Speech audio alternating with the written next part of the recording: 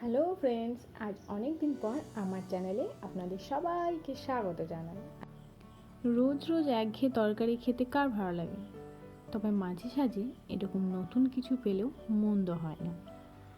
তাই সেই উদ্দেশ্যে আমি এই রান্নাটা বৌদির থেকে আজ শিখে নিচ্ছি।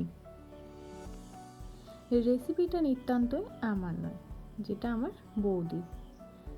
আর আমিও বৌদির থেকে ঠিক শিখে নিচ্ছি কিভাবে বিউলি কলাই, বড়ি আর ঝিঙে দিয়ে এত সুন্দর একটা তরকারি বানানো যায়। চলুন আপনারাও শিখে নিন, তাহলে দেখা যাক কী কী লাগছে। ঠিক 5টা বড় সাইজের আলু এভাবে কেটে নেওয়া হয়েছে, আর তারই সঙ্গে কিছু নরম কচি ঝিঙে ঠিক এই লম্বার মতোভাবে কেটে নেওয়া হয়েছে। আর যেটা মেন জিনিস সেটা হলো বিউলি কলাই, যেটা 2 ঘন্টা ধরে ভিজিয়ে রাখা হয়েছে। এখন এইটা বেটে নেওয়া হবে। এখানে বলে রাখি, কলাইটা বাটার সময় একটু জল ব্যবহার করা হয়নি। জল ব্যবহার করলে কি হবে, ব্যাটারটা পাতলা হয়ে যাবে, আর যেটার কারণে কলাই বড়ি হবে না। তো এখানে আপনারা জল ছাড়াই একটা ব্যাটার বানিয়ে নেবেন। দেখুন ঠিক এতটাই পুরো হয়েছে ব্যাটারটা। এখন এই ব্যাটারটা ভালো করে নুন দিয়ে ফেটিয়ে নেওয়া হচ্ছে। ফেটিয়ে নেওয়ার পর একে একে কড়াইয়ে তেল দিয়ে সব বড়িগুলো ভেজে নেওয়া হবে।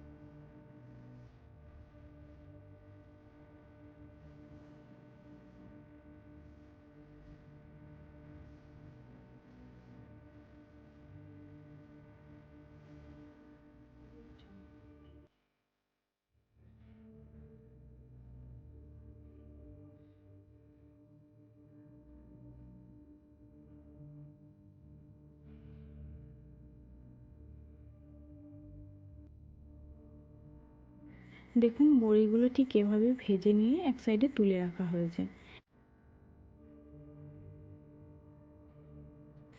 চলুন দেখে নিই তবে রেসিপিটাতে কি মশলা ব্যবহার করা হয়েছে। এখানে 4টে পেঁয়াজ নেওয়া হয়েছে, 2 ইঞ্চ আদা, 6-7টা রসুন, 7-8টা কাঁচা লঙ্কা বেটে নেওয়া হয়েছে।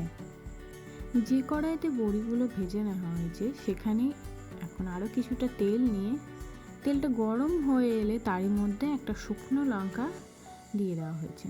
শুকনো লঙ্কাটা একটু হালকা হাতে নাড়াচাড়া করে নিয়ে তারই মধ্যে ঝিঙেগুলো দিয়ে দেওয়া হয়েছে। ঝিঙেগুলো দিয়ে কিছুক্ষণ নাড়াচাড়া করতে থাকতে হবে।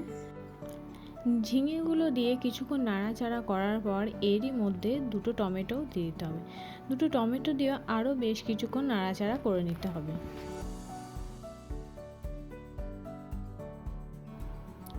এরপর একে একে আলুগুলো কড়াইতে দিয়ে দিতে হবে।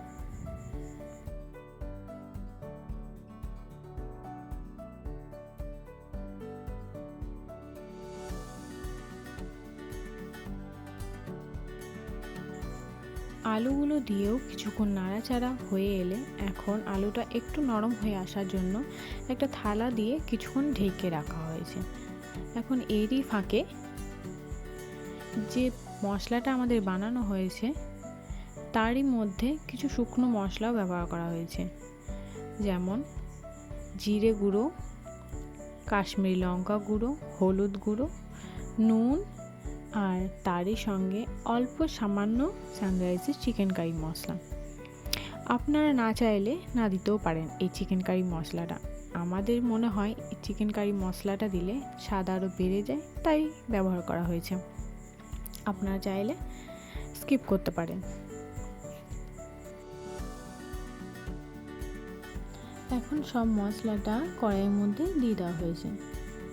কড়াইয়ের মধ্যে দিয়ে কিছুক্ষণ নাড়াচাড়ার পর মশলা যে বাটিটা ছিল সেই ধোয়া জলটাও এখানে ব্যবহার করা হয়েছে, কেননা মশলা কিন্তু একটু নষ্ট করা যাবে না। এখানে মনে হয়েছিল হলুদ একটু কম হয়েছে, তাই আরও একটু হলুদ এখানে অ্যাড করা হয়েছে। সবগুলো মিশিয়ে নেওয়ার পর কিছুক্ষণ আরও ঢাকা দিয়ে রাখা হয়েছে।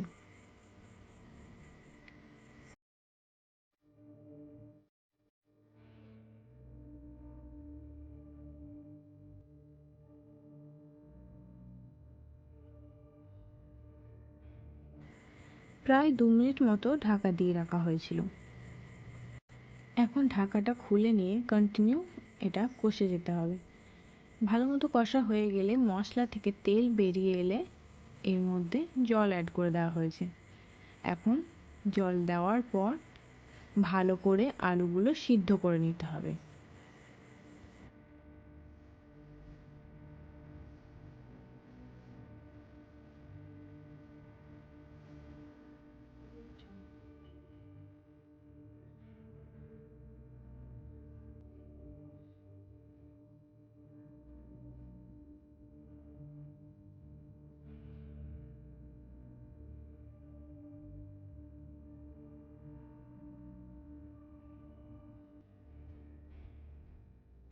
আলুগুলো ভালো মতো সিদ্ধ হয়েছে কিনা একবার চেক করে নিতে হবে।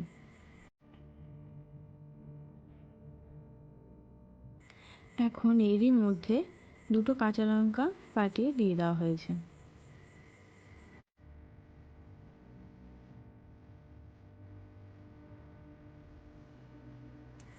আলুটা সিদ্ধ হয়েছে কিনা চেক করে নেওয়ার পর আরও একটু হবে, তাই আরও কিছুক্ষণ ঢাকা দিয়ে এটাকে সিদ্ধ করে নেওয়া হয়েছে। এখন আবারও আরেকবার চেক করে দেখে নেওয়া হয়েছে আলুটা সিদ্ধ হয়েছে কিনা। আলুটা সিদ্ধ হয়ে এলে এরই মধ্যে ভাজা বড়িগুলো একে একে সব দিয়ে দিতে হবে। বড়িগুলো দেওয়ার পর 1 মিনিট মতো ফুটিয়ে নিয়ে গ্যাসের ওভেন বন্ধ করে দিতে হবে। তারপর বড়িগুলো ভালো করে মিশিয়ে নিয়ে ঢেকে রেখে দিতে হবে 5-6 মিনিট। তাহলেই দেখবেন বড়িগুলো কেমন ফুলে ফেপে গেছে। আর বড়িগুলো খেতে মজা কিন্তু ঠিক এখানেই। তরকারিটা এভাবে অবশ্যই বাড়িতে ট্রাই করুন আর দেখুন বড়িগুলো ঠিক কতটা মজার হয়েছে।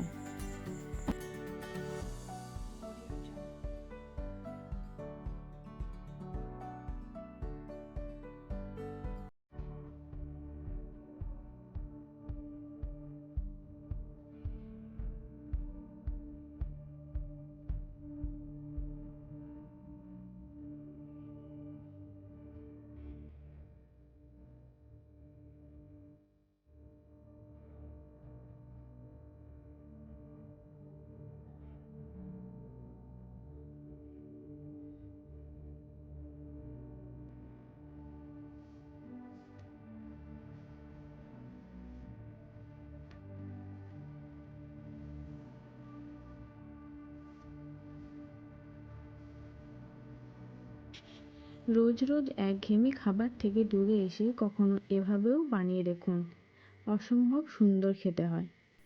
আমার তো ভালো লেগেছে, আপনারাও বাড়িতে ট্রাই করে দেখুন। আপনাদের যদি এই রেসিপি ভালো লেগে থাকে অবশ্যই লাইক, শেয়ার আর কমেন্ট করতে ভুলবেন না। ধন্যবাদ।